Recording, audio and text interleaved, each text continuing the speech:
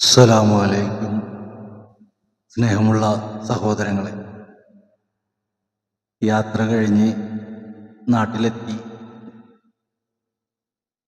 അതിൻ്റെ ഒരു ക്ഷീണം ഉണ്ടായിരുന്നു. 700 കിലോമീറ്റർ വണ്ടി ഒറ്റയ്ക്കിങ്ങനെ ഓടിച്ച് എല്ലാ മക്കാമുകളും സിയാറത്ത് ചെയ്ത്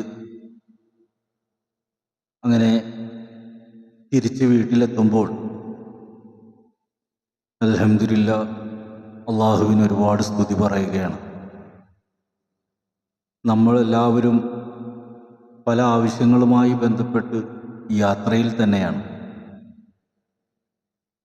ജീവിതത്തിൻ്റെ സൗകര്യങ്ങൾക്ക് വേണ്ടി യാത്ര ചെയ്യുന്നവരും, സൗകര്യങ്ങൾ തേടിപ്പോയി കെണികളിൽ പെട്ടുപോയവരും, അതുപോലെ ജീവിതം മെച്ചപ്പെടുത്താനുള്ള യാത്രയിൽ അബദ്ധങ്ങൾ പറ്റിയവരും, അതുപോലെ ജീവിതത്തിൻ്റെ ഓരോ ഭാഗങ്ങളും നന്നായി വരാൻ വേണ്ടി പ്രാർത്ഥനകൾ കൊണ്ട് പല തരത്തിലുള്ള മാർഗങ്ങൾ സ്വീകരിച്ച് വഴിപാടുകളായും അതുപോലെ തന്നെ കണിയാന്മാരും, അങ്ങനെ പല തരം വഴികളിലൂടെ മനുഷ്യൻ ഒരു നേട്ടത്തിനു വേണ്ടി അവരവരുടെ വിശ്വാസങ്ങൾ അനുസരിച്ചുകൊണ്ട് എല്ലാവരും ഒരു വലിയ യാത്രയിലാണ്. അതിനിടയിൽ ഇത്തരം സൂഫി ഗുരുക്കന്മാരുടെ മഖാമുകൾ സിയാറത്ത് ചെയ്യുന്നവരെയും നമുക്ക് കാണാൻ കഴിയും. നമ്മളൊരു കാര്യം മനസ്സിലാക്കേണ്ടത്, നമ്മൾ ജനിച്ച് ഭൂമിയിലേക്ക് വന്നപ്പോൾ, നമ്മൾ വളർന്ന് അറിവുകൾ നേടാൻ തുടങ്ങിയപ്പോൾ നമ്മളിലേക്ക് വന്നെത്തുന്ന അറിവുകളാണ് നമ്മളെ നിയന്ത്രിക്കുന്നത്. അത് രക്ഷിതാക്കളിൽ നിന്നും, അധ്യാപകരിൽ നിന്നും, സുഹൃത്തുക്കളിൽ നിന്നും, സമൂഹത്തിൽ നിന്നും ഒക്കെ പലതരത്തിലുള്ള അറിവുകളാണ് നമുക്ക് ലഭിക്കുന്നത്. ഓരോ ആളുകളും ഏതൊരു കൂട്ടുകെട്ടിലാണോ പെടുന്നത് അതിനനുസരിച്ചിട്ടുള്ള രീതിയിലായിരിക്കും അവൻ്റെ മുന്നോട്ടുള്ള യാത്ര. പ്രയാസങ്ങൾ വരുമ്പോൾ ആശ്വസിപ്പിക്കുന്നവരും, പ്രയാസങ്ങൾ വരുമ്പോൾ വഴി പറഞ്ഞു തരുന്നവരും, പ്രയാസങ്ങളിൽ പങ്കാളികളാകുന്നവരുമൊക്കെ ഉള്ള ഒരു നാടാണ് നമ്മുടേത്. നമുക്കെല്ലാവർക്കും ഈ പ്രയാസങ്ങൾ എങ്ങനെയാണ് കടന്നുകൂടിയതെന്ന് നമ്മുടെ പ്രായത്തിൽ നിന്നൊന്ന് പുറകിലോട്ട് ചിന്തിച്ചാൽ നമ്മുടെ എല്ലാം സ്വപ്നങ്ങളും ആഗ്രഹങ്ങളും ഒക്കെ തന്നെയാണ് നമ്മളെ ഒരു പരിധിവരെ കെണിയിലാക്കിയത്. പക്ഷേ കെണിയിലായിപ്പോയതിനു ശേഷം മുമ്പ് ഇങ്ങനെയൊക്കെ ചെയ്തു പോയത് കൊണ്ടാണല്ലോ ഇങ്ങനെയൊക്കെ സംഭവിച്ചത് എന്നോർത്ത് ദുഃഖിച്ചിരിക്കാതെ, ഇനിയുള്ള സമയം നമുക്ക് വന്നുപെട്ട കുഴപ്പങ്ങൾ നമ്മുടെ അശ്രദ്ധകൾ കൊണ്ടാണെങ്കിൽ ഇനിയുള്ള യാത്ര വളരെയധികം ശ്രദ്ധിച്ചുകൊണ്ട് നമുക്ക് വന്ന കുടുക്കുകൾ അഴിക്കാനുള്ള മാർഗങ്ങൾ സ്വീകരിക്കാൻ മനസ്സിന് ധൈര്യം കൊടുക്കുകയും അതിനുള്ള ചിന്ത ഉണ്ടാക്കുകയും, ഒരു മൂലക്ക് വിഷമിച്ചിരിക്കാതെ ഏത് തരത്തിലുള്ള പ്രശ്നമാണോ നമ്മളെ പിടികൂടിയിരിക്കുന്നത് ആ പ്രശ്നത്തിന് അതിൻ്റേതായ വഴികളും അതിൻ്റേതായ ബന്ധങ്ങളും വെച്ചുകൊണ്ട് നമ്മൾ നമ്മുടെ കെട്ടഴിക്കാനായിട്ട് പരിശ്രമിക്കുക. നേർച്ചയും വഴിപാടുകളുമൊക്കെ ഒരു പരിധിവരെ നമ്മുടെ മനസ്സിനൊരു സാന്ത്വനം നൽകുന്നു എന്ന് മാത്രമേ ഉള്ളൂ. അവനവൻ്റെ കഷ്ടപ്പാട് കൊണ്ടാണ് നമുക്കെന്തും നേടാൻ കഴിയുള്ളൂ എന്ന് ആദ്യം മനസ്സിലാക്കുക.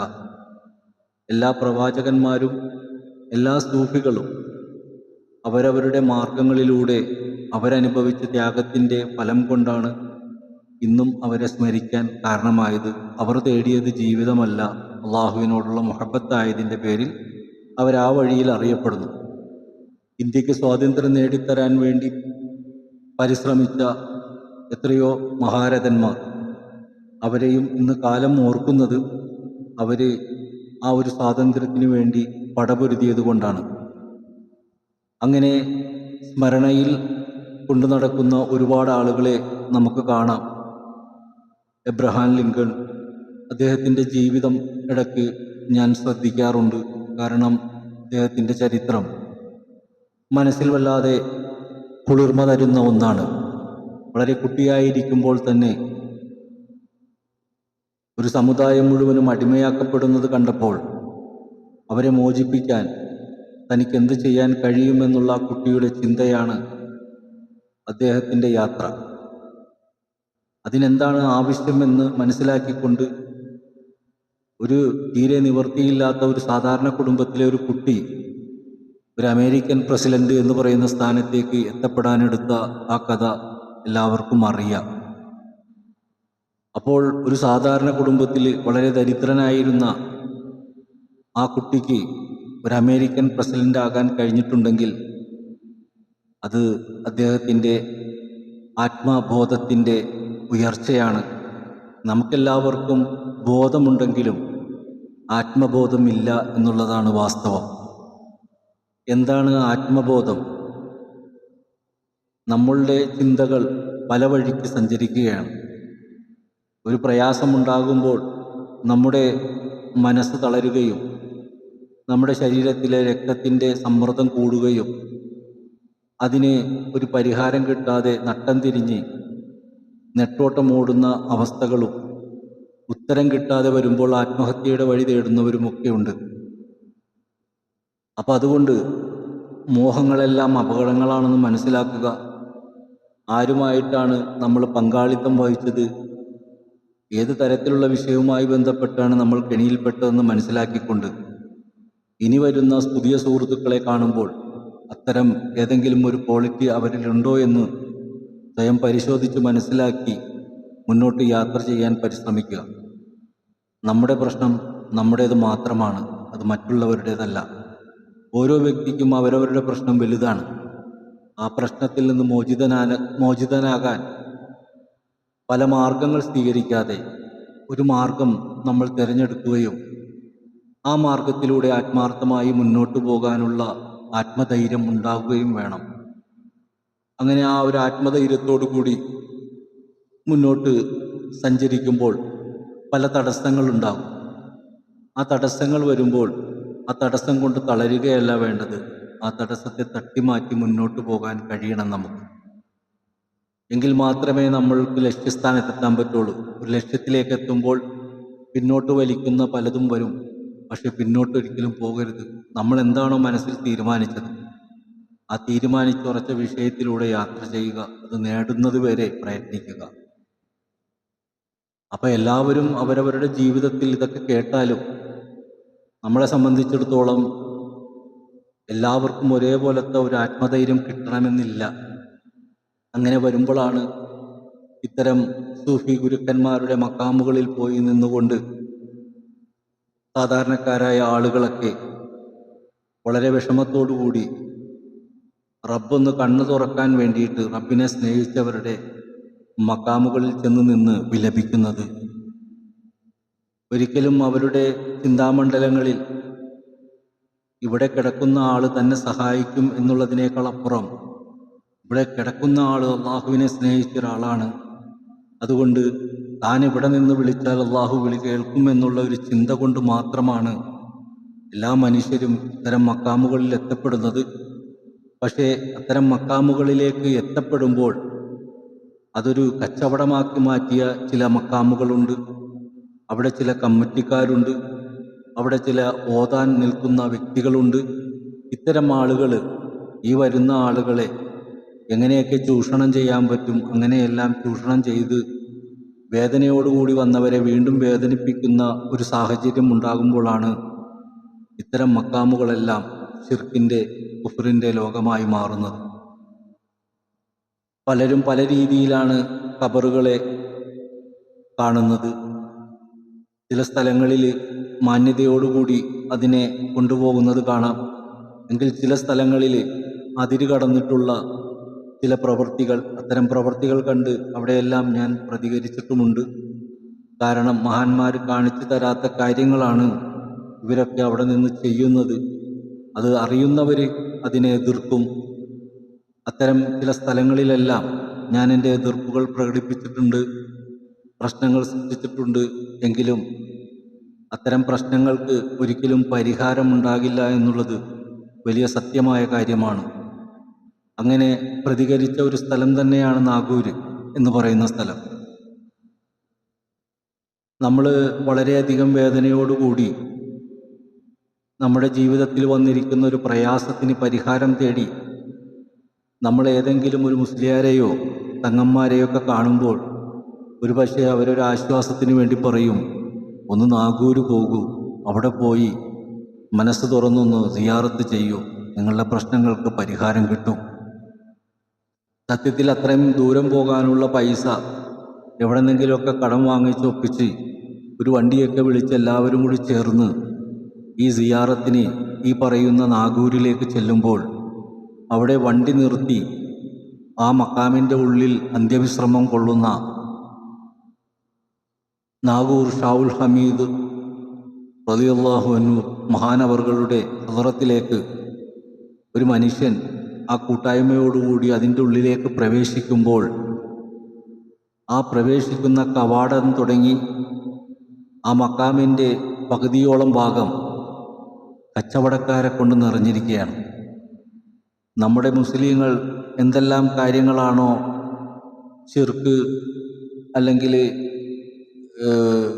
മോശമായ ഹറാമായ എന്നൊക്കെ പറഞ്ഞുകൊണ്ട് വിശേഷിപ്പിച്ച പല കാര്യങ്ങളുമുണ്ട്.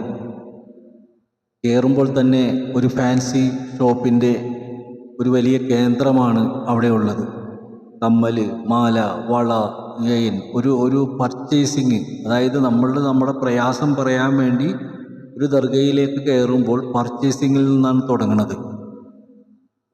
അപ്പോൾ അങ്ങോട്ട് കയറുമ്പോൾ തന്നെ ആ കടയിലിരിക്കുന്ന കച്ചവടക്കാർ വേദനിച്ച് വരുന്നവനെ വാ വള വാങ്ങിക്കൂ, വാ മാല വാങ്ങിക്കൂ, വാ കമ്മൽ വാങ്ങിക്കൂ എന്ന് പറഞ്ഞ് ക്ഷണിക്കുമ്പോൾ വല്ലാത്തൊരു അസ്വസ്ഥത ചിലർക്ക് ചിലപ്പോൾ ഫീൽ ചെയ്യും. അതുതന്നെയാണ് ഞാൻ പറഞ്ഞത്, മഹാന്മാരുടെ സാമീപ്യത്തിലേക്ക് പോകുമ്പോൾ ശൈത്താൻ്റെ ഷർറുകളുണ്ടാകും. നമ്മൾ അതിലേക്ക് നോക്കരുത്, നമ്മൾ എന്തിനാണോ പോയത് അതിന് പോവുക എന്നുള്ളതാണ്. ഇത്തരം വിഷയങ്ങളെല്ലാം ഞാൻ പലവട്ടവും അവിടുത്തെ ചില വ്യക്തികളുമായിട്ട് ചർച്ച ചെയ്തിട്ടുണ്ട്. കച്ചവടമെല്ലാം പുറത്ത് ദർഗയായിട്ട് നിലകൊള്ളണം എന്നൊക്കെ പറഞ്ഞെങ്കിലും ഈ പറയുന്ന പോലെ മഹാനവറുകളെ ഒരു പരിധിവരെ ആത്മാർത്ഥതയോടുകൂടി കാണുന്നവരെ കുറവാണ്. എല്ലാവർക്കും ജീവിതമാണ് പ്രധാനം എന്ന് എനിക്ക് പലപ്പോഴും മനസ്സിലാക്കാൻ കഴിഞ്ഞിട്ടുണ്ട്. അതുകൊണ്ട് ഞാനിപ്പോൾ നാഗൂര് പോയാൽ അവിടെ റൂമെടുത്ത് അവിടെ സ്റ്റേ ചെയ്യും. അവിടെ ഇരുന്നു കൊണ്ട് സംസാരിക്കും അവിടെയുള്ള ആളുകളോട്. അവരെല്ലാം റൂമിൽ വരും, ഞങ്ങളിരുന്ന് സംസാരിക്കും. പക്ഷെ ഞാൻ ദർഗയിലേക്ക് അങ്ങനെ പോകാറില്ല. കാണുമ്പോൾ ഞാൻ പ്രതികരിച്ചു പോകും, പലവട്ടം പ്രതികരിച്ചിട്ടുണ്ട്. ഒരിക്കൽ ദർഗയിലേക്ക് കടന്നു ചെന്നപ്പോൾ അകത്തോട്ട് കടക്കണമെങ്കിൽ അവിടെ 5 രൂപ കൊടുക്കണമെന്ന്. ഞാൻ ചോദിച്ചു, എന്തിനാണ്? 5 രൂപ തന്നാലേ അകത്തേക്ക് പോകാൻ പറ്റുള്ളൂ. ഞാൻ പറഞ്ഞു, അതെന്താ ബാത്റൂമാണോ? അപ്പോൾ അവിടെ ഇരുന്നവൻ എനിക്ക് ദേഷ്യം വന്നു. നീ എന്ത് തമിഴിലാണ് സംസാരിക്കുന്നത്? ഞാനും നന്നായിട്ട് തമിഴ് പറഞ്ഞു. ഞാൻ പറഞ്ഞു, ഞാൻ വരുന്ന വഴിയെല്ലാം ബാത്റൂമിൽ കയറിയിരുന്നു, അവിടെ 5 രൂപയാണ് കൊടുത്തത്. ഈ മഹാനവറുകളുടെ മക്കാമിൻ്റെ ഉള്ളിലേക്ക് കയറാനും 5 രൂപ തന്നെയാണോ? അങ്ങനെ അതുമായി ബന്ധപ്പെട്ടുകൊണ്ട് അവിടെ ഒരു വലിയ പ്രശ്നം തന്നെ ഉണ്ടാവുകയും എന്നെ അറിയുന്ന ചിലർ അവിടെ വരികയും അങ്ങനെ അവരെ അവിടെ നിന്ന് മാറ്റിയിട്ട് എന്നെ അകത്ത് കയറ്റുകയും ചെയ്തു.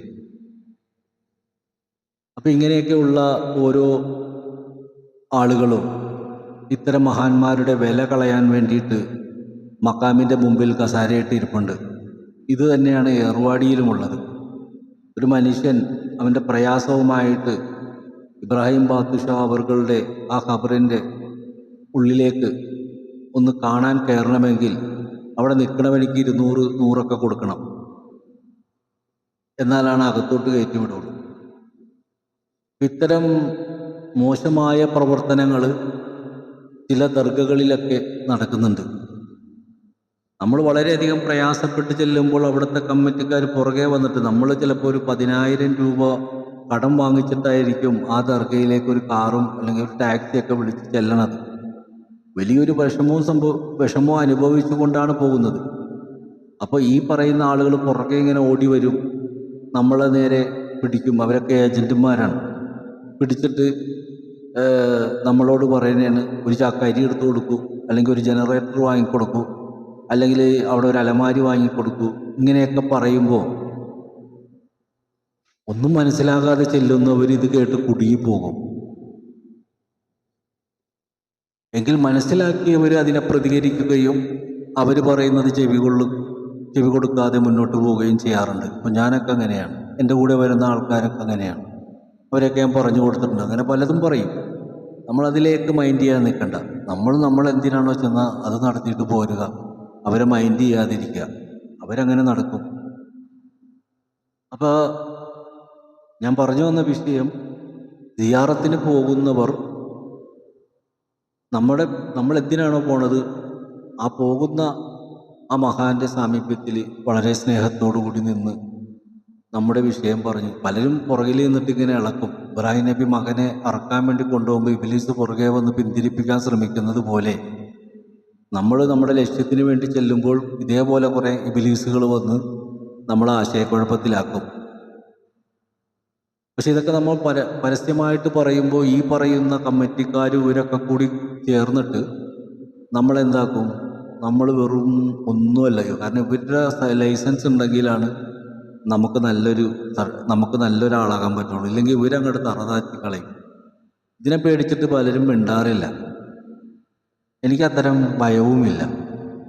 ഞാൻ ഇതിനെതിർക്കുകയും ചെയ്യും. മടവൂരിലേക്ക് ചെന്നാൽ തന്നെ കാണാം, ഗേറ്റ് കടന്ന് ഉള്ളിലേക്ക് കയറി വണ്ടി പാർക്ക് ചെയ്ത് കഴിഞ്ഞാൽ ഈ പറയുന്ന പോലെ കുറേ സംഭാവന പെട്ടികൾ ഇരിപ്പുണ്ട്. അവിടെ തന്നെ പള്ളി പൊളിച്ചു പണിത് എത്രയോ പൊളിച്ചു പണിയിൽ നടത്തി കഴിഞ്ഞു.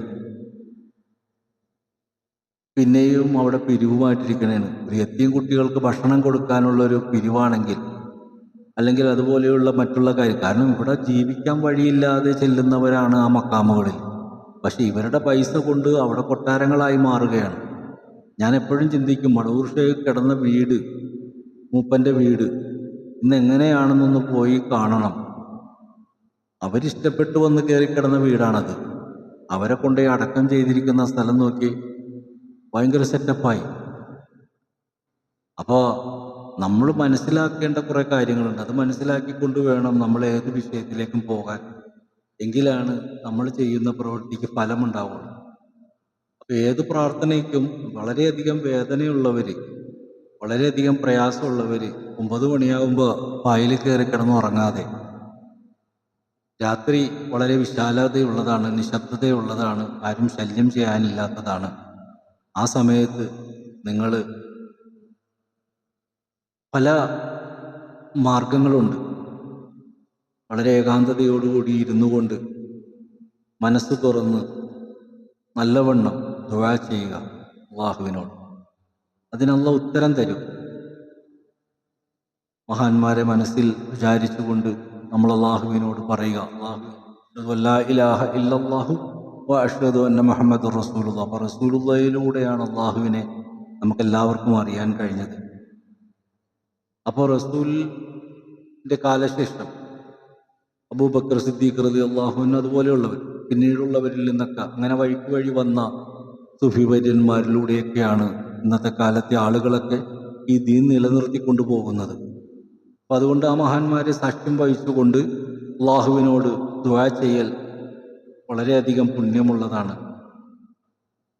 അർദ്ധനിദ്രയിലൂടെ അള്ളാഹുവിൽ നിന്നുള്ള അഭയം നിങ്ങളെ വലയം ചെയ്യുകയും നിങ്ങൾക്ക് ശുചീകരണത്തിനായി ആകാശത്ത് നിന്ന് അള്ളാഹു മഴ വർഷിപ്പിച്ചു തരികയും പിശാചിൻ്റെ മാലിന്യം അള്ളാഹു നിങ്ങളിൽ നിന്ന് നീക്കം ചെയ്യുകയും ചെയ്ത ഘട്ടം അങ്ങനെ ഒന്ന് ഓർത്തു നോക്കുക. പരിശുദ്ധ ഖുർആൻ പറയുന്നൊരു കാര്യമാണ്. ബദറിൻ്റെ പടക്കളത്തിൽ സത്യവിശ്വാസികൾക്കായിട്ട് അള്ളാഹു ചൊരിഞ്ഞ ചില അനുഗ്രഹങ്ങളുണ്ട്. നമ്മൾ പല വിഷയങ്ങളും ഒന്ന് പരിശോധിച്ച് നോക്കി. കഅബ പൊളിക്കാൻ വന്ന് അവിടെ അബാബിൽ പക്ഷികൾ വന്ന്, അപ്പോൾ യഥാർത്ഥമായ രീതിയിലുള്ള ഒരു പ്രാർത്ഥന ഒരു മനുഷ്യനിൽ നിന്നുണ്ടായ ഉത്തരം ഉറപ്പായിട്ടുണ്ടാവും. പക്ഷെ നമ്മളൊക്കെ നമ്മുടെ പ്രാർത്ഥനയിൽ ചില മിസ്റ്റേക്കുകളുണ്ട്. അതാണ് ഈ കുഴപ്പം പറ്റണത്. ശരിയായ മുറയിൽ അതിനെ മനസ്സ് പൂർണ്ണമായിട്ടും സമർപ്പിച്ച് അതിനൊരു ശാന്തത കൊണ്ടുവന്ന് ഒരു ഏകാന്തമായ ഒരു സ്ഥലത്തിരുന്നു കൊണ്ട് നല്ലവണ്ണം മനസ്സിരുത്തി നമ്മൾ ഏത് ഷേഖന്മാരെയാണോ മനസ്സിൽ കാണുന്നത് അവരെ മനസ്സിൽ ഓർത്തുകൊണ്ട് നമ്മൾ അള്ളാഹുവിനോട് ദുആ ചെയ്യുക. അല്ലാണ്ട് മറ്റുള്ള ആൾക്കാർ പറഞ്ഞ പോലെ നേരിട്ട് അള്ളാഹിനെ വിളിക്കലല്ല. അള്ളാഹ് എല്ലാത്തിനും വഴികൾ പറഞ്ഞു തന്നിട്ടുണ്ട്. നമുക്ക് ആ വഴിയിലൂടെയാണ് സഞ്ചരിക്കാൻ പറ്റുള്ളൂ. ആദം നബി അലൈഹി സ്വലാമിനെ ആദ്യമായി അള്ളാഹു തആല സൃഷ്ടിച്ചപ്പോൾ മലക്കുകളോടും ജിന്നുകളോടും ഒക്കെ പറഞ്ഞത് ആദമിന് സുജൂദ് ചെയ്യാനാണ്, അള്ളാഹ്ക്ക് സുജൂദ് ചെയ്യാനല്ല. പക്ഷെ ഇന്ന് നമ്മൾ പള്ളിയിൽ പോയി നിസ്കരിക്കുന്നത് എന്താണ്? അള്ളാഹ്ക്ക് വേണ്ടിയിട്ടുള്ള ഇബാദത്തും സുജൂദും ഒക്കെയാണ്. പക്ഷേ അള്ളാഹു തആല ആദമിന് സുജൂദ് ചെയ്യാൻ പറഞ്ഞു. അവിടെയാണ് ഒരു ഇമാമ് വന്നത്. ഒരു മനുഷ്യന്റെ പുറകിൽ മറ്റു മനുഷ്യർ കൂട്ടമായി നിന്ന് അനുസരണയോടുകൂടി നിസ്കരിക്കുന്ന ഒരു കാഴ്ച പള്ളിയിൽ ചെന്നാൽ കാണാം. ഇത് തന്നെയാണ് ഇവിടെ നടന്നുകൊണ്ടിരിക്കുന്നത്. ഒരു ഇമാമില്ലാതെ ഒരു മഅ്മൂമിങ്ങളും ഇല്ല. അതാദ്യം മനസ്സിലാക്കണം. ആരാണ് ഇമാം? ഒരു ഇമാമില്ലാതെ, നമുക്ക് അറിവ് പറഞ്ഞു തരാൻ ഗുരുക്കന്മാരില്ലാതെ, നമ്മളെല്ലാവരും സ്വയം അറിഞ്ഞ അറിവുകളല്ലല്ലോ ഇതൊക്കെ. ചില നിരീശ്വരവാദികളും പുത്തംവാദികളും അതുപോലെ കടന്നു വന്ന വഹാബിസും ഒക്കെ, ഇവർക്കൊക്കെ ഈ അറിവ് എവിടെ നിന്ന് കിട്ടി? നമ്മൾ ഇതിൻ്റെയൊക്കെ ചരിത്രങ്ങൾ മാന്തിപ്പറിച്ചു പോകാൻ നമുക്കാർക്കും സമയമില്ല. അതറിയുന്നവർ അത് മനസ്സിലാക്കിക്കൊണ്ട് പോകും. അറിയാത്തവർ ഇത്തരം ആളുകളുടെ വാക്ക് കേട്ട് ഇതുപോലെയുള്ള, ഞാൻ നേരത്തെ പറഞ്ഞ നാഗൂരി എന്നപ്പോൾ ഉണ്ടായ അനുഭവം പോലെയുള്ള അനുഭവങ്ങൾ ഉണ്ടാകുമ്പോൾ മനസ്സ് വേദനിച്ച് തിരിച്ചു വന്നിട്ട് ഇത്രയും ദൂരം യാത്ര ചെയ്ത് പോയിട്ട് നമുക്കൊരു പരിഹാരവും കിട്ടിയില്ല, കാശും പോയി അവിടുത്തെ ഇങ്ങനത്തെ. അപ്പോൾ ഈ മുജാഹിദുകാരും ഇവരൊക്കെ പറഞ്ഞ വളരെ ശരിയാണ്. അതെ, ഒരു പരിധിവരെ അവരൊക്കെ നമ്മളെ സൂചിപ്പിക്കുന്ന ചില വിഷയങ്ങളെല്ലാം ശരി തന്നെയാണെങ്കിലും നമ്മൾ പോയതെന്തിനാണ്? നമ്മളിപ്പോൾ ഒരു വീട്ടിലേക്ക് പോകണം, നമുക്കൊരു വീട്ടിലേക്ക് പോകണം. ആ വീടിൻ്റെ ഇപ്പുറത്ത് നമ്മളൊരു ശത്രു താമസിക്കുന്നുണ്ട്, നമ്മൾ ഇഷ്ടപ്പെടാത്ത ഒരാൾ താമസിക്കുന്നുണ്ട്. പക്ഷെ എനിക്ക് ആ വീട്ടിൽ പോകണം. അവിടെ ഒരു ശത്രു ഉണ്ടെന്നും പറഞ്ഞ് നമുക്ക് പോകാതിരിക്കാൻ പറ്റും? നമുക്കവിടെ പോകണ്ടേ? അപ്പം അവനെ നമ്മൾ മൈൻഡ് ചെയ്യാറില്ല, അങ്ങോട്ട് പോകലാണ്. അപ്പം എന്നതുപോലെ പലതും നമ്മുടെ മുമ്പിലുണ്ടാകും. നമ്മുടെ ലക്ഷ്യം എന്താണോ ആ ലക്ഷ്യത്തിൽ നിന്നുകൊണ്ട് പ്രാർത്ഥിക്കുക. ഇവിടെ ഇപ്പോൾ ഞാനൊരു ചെറിയ ഉദാഹരണം പറഞ്ഞു തരാം. ഏർവാടിയിലേക്ക് പോകുന്ന ഒരാൾ, ഞാൻ ഏർവാടി ഇബ്രാഹിം ബാദുഷായുടെ അടുത്തേക്ക് പോകാറില്ല. കാരണം അവരുടെ ചരിത്രം പഠിക്കുമ്പോൾ അവരുടെ ആ ഒരു ഭരണരീതി, അപ്പോൾ അവിടെ ഒരു മന്ത്രിയുണ്ട്, അതുപോലെ തന്നെ ഒരു ഡോക്ടറുണ്ട്, അതുപോലെ തന്നെ അവർക്ക് നേതൃത്വം കൊടുത്ത അവരുടെ നേതാവുണ്ട്. അങ്ങനെ പലതരത്തിലുള്ള ഒരുപാട് ആൾക്കാരുടെ മക്ബറകൾ അവിടെ കാണാം. അപ്പം ഞാനെപ്പോഴും ആലോചിക്കും, അവിടെ ചെന്ന് കഴിഞ്ഞാൽ ഈ പറഞ്ഞ പോലെ നേതാവിനെ നേരിട്ട് കാണലല്ലോ. ഇപ്പം നമ്മുടെ കേരള രാഷ്ട്രീയം എടുത്ത് പരിശോധിച്ചാൽ മുഖ്യമന്ത്രിനെ ഇപ്പം നമുക്ക് ഓടിച്ചെന്ന് കാണാൻ പറ്റും. എന്നാൽ നമ്മളെല്ലാവരും കൂടി ജയിപ്പിച്ചതാണ് അദ്ദേഹത്തിനെ വോട്ട് ചെയ്ത്. അപ്പം അതുകൊണ്ട് നമ്മുടെ എല്ലാം മുഖ്യമന്ത്രിയാണ് എന്ന് പറഞ്ഞുകൊണ്ട് അദ്ദേഹത്തിനെ കാണണമെങ്കിൽ നമുക്ക് ഓടിപ്പോൾ അദ്ദേഹത്തിൻ്റെ വീട്ടിൽ ചെന്ന് കാണാൻ പറ്റും. അതിൻ്റേതായ ആൾക്കാരുണ്ട്, അവരിലൂടെ നമുക്ക് അവരെ കാണാൻ പറ്റുള്ളൂ, അവരിലേക്ക് സന്ദേശം എത്തിക്കാൻ പറ്റുള്ളൂ. എന്നതുപോലെ ഞാൻ ഏർവാടി ചെല്ലുമ്പോൾ അബ്ബാസ് അവരുടെ മന്ത്രി എന്ന് പറയുന്ന അവരുടെ മക്കാമിൽ പോയി ചില സമയങ്ങളിൽ നിൽക്കാറുണ്ട്. എപ്പോഴുമല്ല, ചില സമയങ്ങളിൽ. ഇപ്പം അങ്ങനെ അധികം യാത്ര പോകാറില്ല. ഞാനിപ്പോൾ കൂടുതലും ഈ പറയുന്ന പോലെ നാഗൂർ പോകും. കാരണം അവിടെ നമ്മളെ സ്നേഹിക്കുന്ന കുറച്ച് സഹോദരങ്ങളുണ്ട്. അവരെല്ലാവരും വരും, അവരുമായിട്ട് സംസാരിക്കും. ഇവിടെ നിന്ന് രാവിലെ പുറപ്പെട്ടാൽ രാത്രി ഏകദേശം ഒരു 12-1 മണിയോടുകൂടി അവിടെ എത്തിക്കഴിഞ്ഞാൽ പിന്നെ നേരം വെളുക്കുന്നത് വരെ അവരുമായിട്ട് സംസാരിച്ച് അങ്ങനെ ഇരിക്കും. ചിലപ്പോൾ 1-2 പേരുണ്ടാവും, ചിലപ്പോൾ ആളുകളുണ്ടാവും. കുറച്ച് ആളുകൾ രാവിലെ വരും കാണാനായി. അങ്ങനെ അവരൊക്കെ ആയിട്ട് നല്ല സ്നേഹത്തിൽ ഓരോ ആത്മീയ വിഷയങ്ങളൊക്കെ ചർച്ച ചെയ്ത് ഞങ്ങൾ വളരെ സന്തോഷത്തിൽ തിരിച്ചു പോരും. ആ തിരിച്ച് നമ്മൾ യാത്ര ചെയ്ത് പോരുമ്പോഴും നമ്മളിവിടുന്ന് യാത്ര പുറപ്പെടുമ്പോഴും പോകുന്ന വഴിയെല്ലാം പല വാഹനങ്ങൾ ഇടിച്ചു തകർന്ന് കിടക്കുന്നതൊക്കെ നമ്മൾ കണ്ടിട്ടുണ്ട്.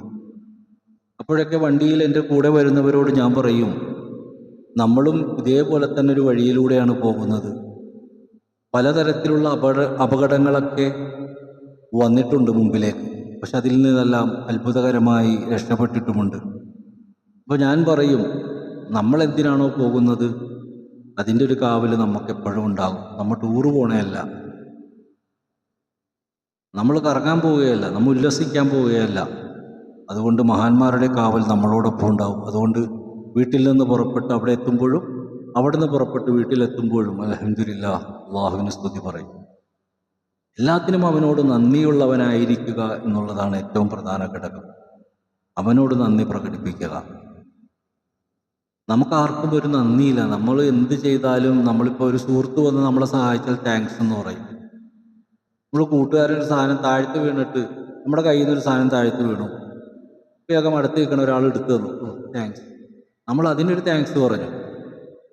എന്നാൽ അള്ളാഹ് നമുക്ക് ചെയ്യുന്ന അനുഗ്രഹങ്ങൾക്ക് നമ്മൾ എന്ത് താങ്ക്സാണ് പറയണത്? നമ്മളാരും പറയുന്നില്ല, ഒന്നും പറയുന്നില്ല. എന്തൊക്കെയോ കാട്ടി അങ്ങനെ പോണേ. അതുകൊണ്ട് പ്രശ്നങ്ങളോട് പ്രശ്നങ്ങൾ തന്നെയാണ് എല്ലാവരും. അതുകൊണ്ട് ഇനിയെങ്കിലും നന്ദിയുള്ളവരാകാൻ ശ്രമിക്കുക എന്നുള്ളതാണ് ഏറ്റവും പ്രധാനപ്പെട്ട കാര്യം. രാവിലെ ഉണരുമ്പോഴും രാത്രി കിടക്കുമ്പോഴും നമ്മളെന്നും അവനോട് സ്മരണയുള്ളവനായിരിക്കണം. ആ സ്മരണ ഒന്ന് പ്രാക്ടീസ് ചെയ്ത് കൊണ്ടുവരാൻ ശ്രമിക്കണം. നമ്മളൊക്കെ വയസ്സായി, 18 വയസ്സായാൽ ശരീരത്തിൻ്റെ പ്രായപൂർത്തിയായി, 40 വയസ്സ് കഴിഞ്ഞാൽ ആത്മാവിൻ്റെ പ്രായപൂർത്തി തുടങ്ങി. ആ പ്രായപൂർത്തിയിലേക്ക് എത്തി 40 വയസ്സായി. 40 വയസ്സ് കഴിഞ്ഞാൽ പിന്നെ തമാശ കളിക്കാൻ നിൽക്കരുത്, സീരിയസ് ആയിട്ട് തന്നെ ജീവിക്കാൻ ശ്രമിക്കുക. അപ്പം അതുകൊണ്ട് നമ്മൾ എപ്പോഴും രാത്രിയിൽ കിടക്കാൻ പോകുമ്പോൾ നമ്മുടെ ജോലിയെല്ലാം കഴിഞ്ഞ് പായിലേക്ക് വന്നിരുന്നിട്ട് നമ്മൾ പറയണം, അല്ലാഹുവേ, ഈ പ്രഭാതം മുതൽ പ്രദോഷം വരെയും എൻ്റെ ജീവിതത്തിൽ സംഭവിച്ച എല്ലാ കാര്യങ്ങളും നീ നൽകിയതാണല്ലോ. ഇന്നെനിക്ക് വേദന തന്നു, അതിൽ നീ എന്താണ് ഉദ്ദേശിച്ചത് എനിക്കറിയില്ല. എൻ്റെ കർമ്മഫലം കൊണ്ടാണോ? അതുകൊണ്ട് അല്ലാഹുവേ, എന്തെങ്കിലും അപരാധങ്ങൾ എൻ്റെ ചിന്തയിൽ നിന്നോ എൻ്റെ പ്രവൃത്തിയിൽ നിന്നോ ഉണ്ടായിട്ടുണ്ടെങ്കിൽ നീ എന്നോട് പൊറുക്കണേ അല്ലാഹ്. എൻ്റെ മക്കളെയും എൻ്റെ കുടുംബത്തെയും നേരായ മാർഗത്തിലാക്കി തരണേ അല്ലാഹ്. അങ്ങനെ മാന്യമായ രീതിയിൽ എന്നും അവനോട് നന്ദിയുള്ളവനായി, നമ്മൾ ഒരു ജോലി കഴിഞ്ഞ് വന്ന് കുളിച്ച് വൃത്തിയാകുന്നത് പോലെ കിടന്നുറങ്ങാൻ പോകുമ്പോൾ അവനോട് നമ്മൾ തൗബ ചെയ്തിട്ട് ഉറങ്ങുക. എന്നിട്ട് മരിച്ചു പോയാലും കുഴപ്പമില്ല, കാരണം അവനോട് പറയാനുള്ളതൊക്കെ പറഞ്ഞിട്ടാണല്ലോ മരണപ്പെട്ടത്. രാവിലെ ഉണരുമ്പോൾ അൽഹംദുലില്ലാഹ്, അല്ലാഹുവിന് സ്തുതി പറയുക. എന്നിട്ട് നമ്മുടെ സുബഹി നിസ്കരിച്ച് ജോലികളിലേക്കൊക്കെ പ്രവേശിക്കുക. അങ്ങനെ എന്നും അതൊന്ന് പ്രാക്ടീസ് ചെയ്ത് കൊണ്ടുവരാനായിട്ട് അങ്ങേയറ്റം പരിശ്രമിച്ച് അത് ശരിയായാൽ നമ്മൾ ശരിയായി. നമ്മുടെ കാര്യങ്ങളെല്ലാം അല്ലാഹു തആല സലാമത്താക്കി തരും. പക്ഷെ നമുക്ക് ഇതൊക്കെ കേൾക്കാനും, നമ്മൾ ഇതിനൊക്കെ ഏജന്റുമാരെ ഏൽപ്പിച്ചിട്ട് നിങ്ങൾ യാസീൻ ഓദിക്കോ, നിങ്ങൾ സലാത്തിലിക്കോ, നിങ്ങളത് ചെയ്തു, അവരൊക്കെ ചെല്ലുന്നത് കാശിന് വേണ്ടിയിട്ടാണ്. നമുക്കിതിനൊന്നും പരിഹാരം കിട്ടിയൊന്നുമില്ല. നമുക്ക് വേണ്ടിയിട്ടുള്ളതിന് നമ്മൾ തന്നെ പണിയെടുക്കണം. ഉസ്താദെ, എനിക്ക് വേണ്ടി ദുആ ചെയ്യട്ടാ. ഞാൻ ദുആ ചെയ്തിട്ട് എന്താ കാര്യം? നിങ്ങളുടെ കർമ്മഫലം നന്നാകാതെ ഞാൻ നിങ്ങൾക്ക് ദുആ ചെയ്തിട്ട് കാര്യമുണ്ടോ? നിങ്ങളുടെ കൈ മുറിഞ്ഞു, ഞാനൊരു തുണി എടുത്ത് ചുറ്റിയിട്ട് കാര്യമുണ്ടോ? നിങ്ങൾ ഹോസ്പിറ്റലിൽ ചെന്ന് അതിൻ്റെ മരുന്നൊക്കെ വെച്ച് കെട്ടണം, അല്ലെങ്കിൽ പോയിസൺ ആവും. അപ്പം അത് ചെയ്യേണ്ട സ്ഥലത്ത് പോയി അതിൻ്റേതായ രൂപത്തിൽ ചെയ്തെങ്കിലാണ് അതിന് ഫലമുണ്ടാകുന്നത്. അപ്പോൾ അവനവൻ്റെ കാര്യത്തിന് അവനവൻ തന്നെ പണിയെടുത്താൽ അവനവൻ അതിൻ്റെ ഫലം കിട്ടും. അല്ലാതെ 1000 രൂപ എടുത്തു കൊടുത്ത് ഒരു മൗലൂദ് നടത്തി എല്ലാം നടത്തണ്ടെന്നല്ല ഞാൻ പറഞ്ഞത്. അത് വിശ്വാസമുള്ളവർ അത് വൃത്തിയായിട്ട് നടത്താൻ ശ്രമിക്കുക. അങ്ങനെ വിശ്വസിക്കുന്നവർ അത് നടത്തുമ്പോൾ അതൊരു വൃത്തിയോട്, അത് ഭക്ഷണം കഴിക്കാൻ വേണ്ടിയായിരുന്നു. ഇതിപ്പോൾ ഒരു മൗലൂദ് നടത്തുമ്പോൾ തന്നെ ആദ്യം ചിന്തിക്കണത് എന്ത് കൊടുക്കണം, നെയ്ച്ചോറ് കൊടുക്കണോ ബിരിയാണി കൊടുക്കണോ എന്നാണ് ചിന്തിക്കണം. മൗലൂദ് നടത്തുന്നതിന് ചിന്തിക്കണം ആദ്യത്തെ കാര്യം അതാ. വരുന്നവർക്ക് എന്ത് തിന്നാൻ കൊടുക്കണം, അതാണ് ചിന്തിക്കണത്. വീട് ചിലപ്പോൾ പട്ടിണിയായിരിക്കും, പ്രയാസത്തിലായിരിക്കും, വീട്ടിൽ പഞ്ചസാര തന്നെ വാങ്ങിക്കാൻ കാശുണ്ടാവില്ല. ആ സമയത്ത് പ്രശ്നത്തിനൊരു സമാധാനം കിട്ടാനായിരിക്കും കടം വാങ്ങിച്ച് മൗലൂദ് നടത്തണം. അങ്ങനത്തെ ആൾക്കാരെയൊക്കെ ഞാൻ കണ്ടതുകൊണ്ടാണ് ഞാൻ പറയണത് കേട്ടോ. അപ്പോൾ മൗലൂദ് നടത്തണം, അള്ളാഹുവിൻ്റെ റസൂലിനോടുള്ള മുഹബ്ബത്താണ് നമ്മൾ കാണിക്കുന്നത്. അത് മാന്യമായി ചെയ്യണം. പല സ്ഥലങ്ങളിലും ഞാൻ ഇത്തരം മൗലൂദുകൾ കണ്ടിട്ടുണ്ട്. അതിനെതിരെ ചില സ്ഥലങ്ങളിലൊക്കെ ഞാൻ പ്രശ്നങ്ങൾ ഉണ്ടാക്കിയിട്ടുണ്ട്. എന്താ കാര്യം? ഈ ട്രെയിനിന് പോലും ഇത്രയും വേഗതയുണ്ടോ എന്ന് എനിക്ക് സംശയമാണ്. ഞാൻ ആരെയും ചില ആൾക്കാർ അങ്ങനെയാണ്, സലാത്തു അല നബി അസ്സലാമു അലാ റസൂൽ ഷഫീഉ ഇങ്ങനെ ചൊല്ലിക്കൊണ്ട് അങ്ങ് പോകും. അപ്പോൾ അതൊരു സമാധാനത്തിൽ, ആ ഒരു മുഹബ്ബത്തിൽ അത് ചെയ്യണം. വെപ്രാളം പിടിച്ചിട്ട് ചെല്ലാനിരിക്കണവർ വിശന്നിട്ടായിരിക്കും ചെല്ലാനിരിക്കണം. ഇത് എപ്പോൾ കഴിയുമെന്ന് ചിന്തിച്ചിരിക്കണവരുണ്ടാവും. നമ്മളിപ്പോൾ കുറച്ച് ആൾക്കാരെ വിളിച്ചേക്കണേ മൗലൂദ് നടത്താൻ. നമുക്ക് പ്രശ്നമുണ്ട്, ആ പ്രയാസത്തിനാണ് മൗലൂദ് അത് വാച്ചിലേക്ക് നോക്കിയിട്ടായിരിക്കും ചെല്ലണത്. അവിടെ ഇരിക്കുന്ന ആൾക്കാർ ഇതെപ്പോൾ കഴിയുമെന്ന് ആലോചിച്ചിട്ടായിരിക്കും ചെല്ലണത്. അപ്പോൾ ഇതിനു വേണ്ടി പണം മുടക്കിയവർ ചോറും കറി ഉണ്ടാക്കണം. അവരങ്ങനത്തെ ആരെങ്കിലും അള്ളാഹുവിലേക്ക് മൈൻഡ് വെച്ച് നിന്നോ, അല്ലെങ്കിൽ റസൂലിലേക്ക് മൈൻഡ് വെച്ച് നിന്നോ? അവിടെ എന്തൊക്കെയോ നടക്കുന്നു. എല്ലാവരും തീറ്റയും കഴിഞ്ഞ് ഏമ്പക്കം വിട്ടുപോയി. വീട്ടിലെ പ്രശ്നത്തിന് ഇതുവരെ മാറ്റം വന്നിട്ടില്ല. എങ്കിൽ അത് കൃത്യമായി നിർവഹിക്കുന്നവർക്ക് പരിഹാരങ്ങൾ ഉണ്ടായിട്ടുണ്ട്. അതുകൂടി മനസ്സിലാക്കണം. ശരിയായ രൂപത്തിൽ അത് നിർവഹിച്ചവർക്കൊക്കെ ഫലം കിട്ടിയിട്ടുണ്ട്. അത് അനുഭവസ്ഥനുമാണ് ഞാൻ. അപ്പം ചെയ്യണ കാര്യം വൃത്തിയായി ചെയ്യാൻ പഠിക്കുക എന്നുള്ളതാണ്. നമ്മളൊരു പാത്രം നമുക്ക് പ്ലേറ്റ് കൊണ്ടുവന്ന് നമ്മുടെ മുമ്പിൽ വെച്ചാൽ അതിലേക്ക് ആഹാരം വിളമ്പാനായിട്ട് അതിലേക്ക് ഒത്തിരി ഒരു പ്ലേറ്റിലേക്ക് ചോറിങ്ങനെ ഇടാൻ പോകുമ്പോൾ ഒരു കറുത്തൊരു പുള്ളി കണ്ടാൽ നമ്മൾ വേഗം ചോറ് അവിടെ തടഞ്ഞിട്ട് ആ പുള്ളി എന്താണെന്ന് പരിശോധിക്കും. ചിലപ്പോൾ പ്ലേറ്റിലുള്ള ഡിസൈനായിരിക്കും. അപ്പോൾ സൂക്ഷിക്കുക.